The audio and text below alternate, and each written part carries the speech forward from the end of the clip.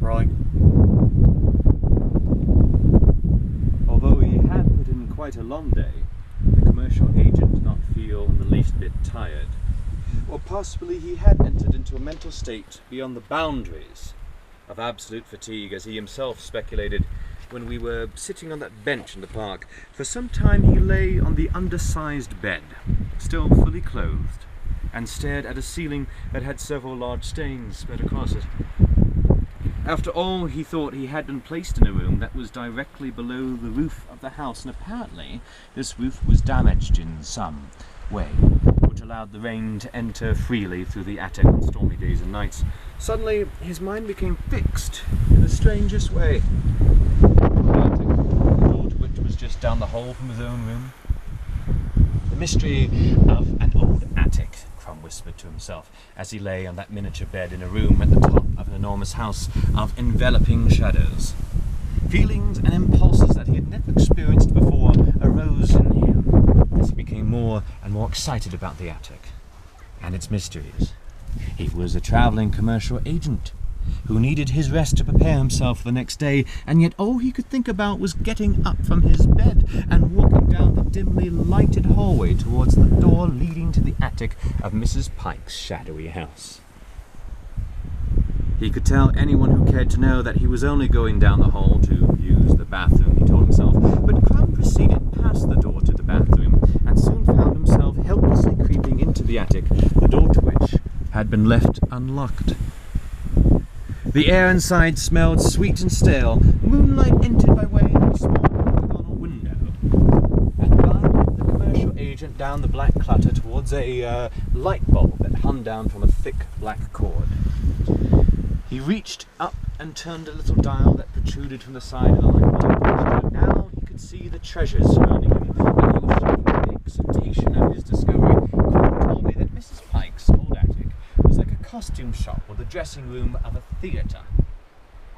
All around him was a world of strange outfits spilling forth from the depths of large open trunks or dangling in the shadows of tall open wardrobes. Later he became aware that these curious clothes were, for the most part, remnants from Mrs. Pike's days as an exotic dancer, and subsequently a fortune teller for various carnival sideshows. Crum himself remembered observing that mounted along the walls of the attic were several faded posters advertising the two distinct faces of the old woman's former life. One of these posters portrayed a dancing girl posed in mid-turn amidst a whirl of silks, her face averted from the silhouetted heads representing the audience at the bottom of the picture, a mob of bald pates and bowler hats huddled together. Another poster displayed a pair of dark eyes staring with long, spidery lashes.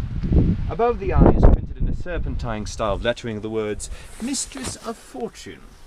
Below the eyes, spelled in the same type of letters, was a simple question, "What is your will?"